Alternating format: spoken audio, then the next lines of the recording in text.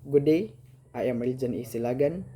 I will be reporting about Archimedes' principle and its application in maritime transportation. Understanding buoyancy, gravity, and stability in shipping operations. Ang Archimedes principle nag-ingon nga ang usa ka butang sa tubig makasinati og buoyant force pwersa pataas nga pareha sa gibukaton sa tubig nga iyang napahawa or displaced water. Malutaw ang barko kung ang buoyancy equal o mas dako kaysa gravity. What is Archimedes' principle? An object submerged in a fluid experiences an upward buoyant force equal to the weight of the displaced fluid.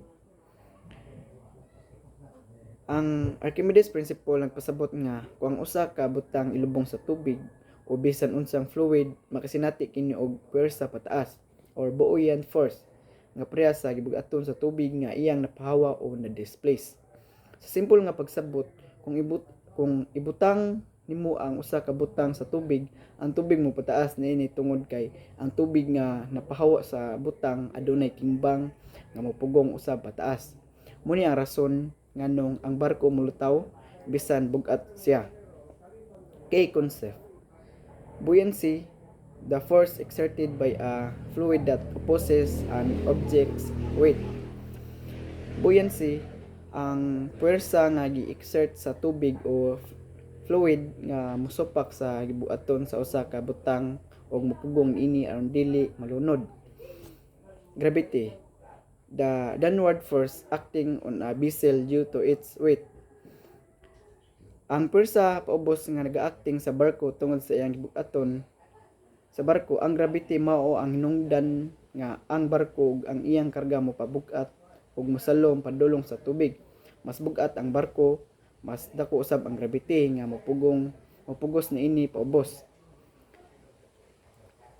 Equilibrium, when the layout force and gravitational force balance, the ship floats. Mao ni ang kahimtang kung ang buoyant force pwersa pataas sa tubig ug ang gravitational force pwersa paubos tungod sa gibugaton, magatimbang kung balanse sila, ang barko molutaw ug dili malunod.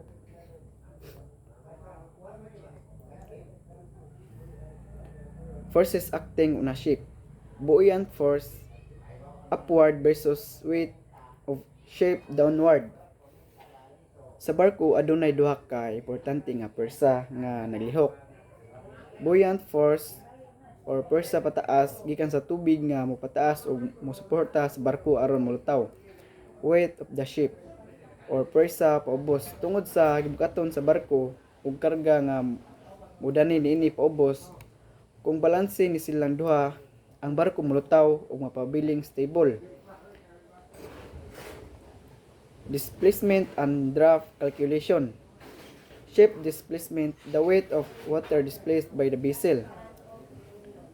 Mao ang kabug-aton sa tubig nga napulihan sa barko, parehas ra sa timbang sa barko. Draft, the vessel, distance between the waterline and the bottom of the hull. Mao ang giladmon sa barko sa tubig gikan sa waterline paingon sa ilawom sa hull. Relation sa picture. Ang 10 tons nga example nagpakita sa displacement, 10 tons nga tubig napulihan. Ang marka nga numero sa kilid sa barko nagpakita sa draft unsa kalalom ang barko sa tubig.